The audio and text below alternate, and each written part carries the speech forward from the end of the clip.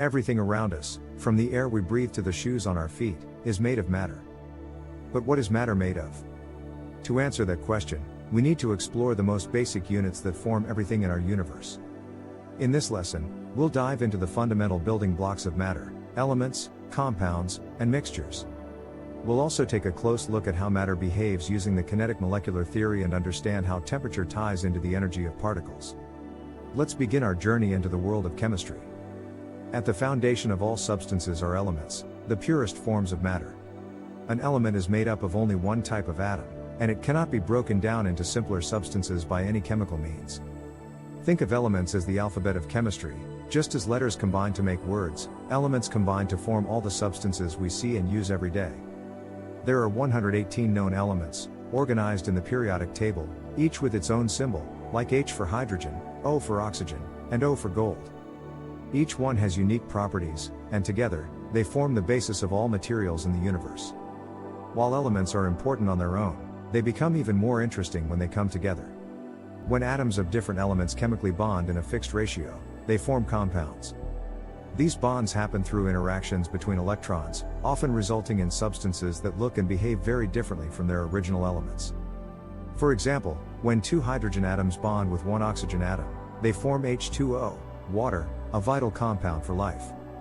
Another familiar compound is table salt, or sodium chloride, NaCl, made from sodium, a reactive metal, and chlorine, a poisonous gas. But when they bond together, they create something completely new and safe to consume. This transformation shows just how powerful chemical bonding can be. Not all combinations of elements and compounds involve chemical bonding. Sometimes, substances are simply mixed together without undergoing a chemical change. These are called mixtures. A mixture consists of two or more elements or compounds that are not chemically bonded and do not combine in fixed ratios. Because the components are not bound together, they can be separated by physical methods such as filtration, evaporation, or decanting. Mixtures can be either homogeneous, like salt dissolved in water or the air we breathe, where the composition looks uniform throughout, or heterogeneous, such as a salad or a jar of mixed nuts, where you can easily see the different parts. The flexibility of mixtures shows us how substances can coexist without losing their individual identities. To understand how matter behaves in different states, solids, liquids, and gases, we turn to a model called the kinetic molecular theory. This theory helps explain the physical properties of matter by looking at how particles move. In solids, particles are tightly packed together in a fixed position and only vibrate in place, which gives solids a definite shape and volume. In liquids, the particles are still close together but can slide past one another, allowing the liquid to flow and take the shape of its container. In gases, the particles are far apart and move rapidly in all directions, filling the space available to them. The amount of movement depends on how much energy the particles have. More energy means more movement. This theory is a fundamental concept in physical science and helps us explain changes in matter like melting, boiling, and condensation.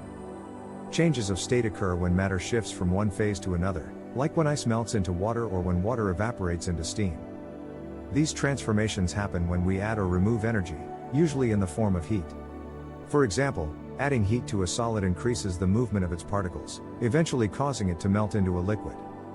Further heating turns the liquid into a gas through evaporation or boiling. On the other hand, cooling a gas causes it to condense into a liquid, and further cooling leads to freezing into a solid. Each change of state is a result of how much kinetic energy, or motion energy, the particles have.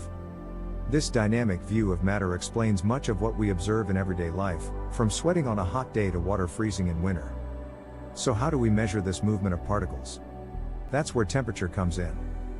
In science, particularly in chemistry, temperature, especially when measured in Kelvin, is not just a number on a thermometer. It's a direct measure of the average kinetic energy of the particles in a substance. That means when temperature increases, it's because the particles are moving faster. When temperature decreases, they slow down. For example, when you heat a pot of soup, the particles in the liquid move faster, causing it to bubble and steam. If you place that soup in the freezer, the particles slow down and eventually stop moving enough to freeze into a solid. This connection between temperature and particle motion helps us understand not only physical changes, but also chemical reactions and states of matter. To wrap it all up, we've learned that elements are the simplest pure substances that make up all matter. When elements bond in fixed ratios, they form compounds with entirely new properties. Mixtures, on the other hand, are physical combinations that can be separated easily.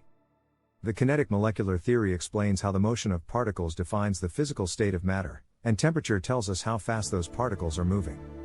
Together, these concepts lay the foundation for understanding chemistry and the materials that make up our world. So next time you drink a glass of water, breathe in the air, or watch a pot boil, remember, there's a whole world of particles in motion behind it all.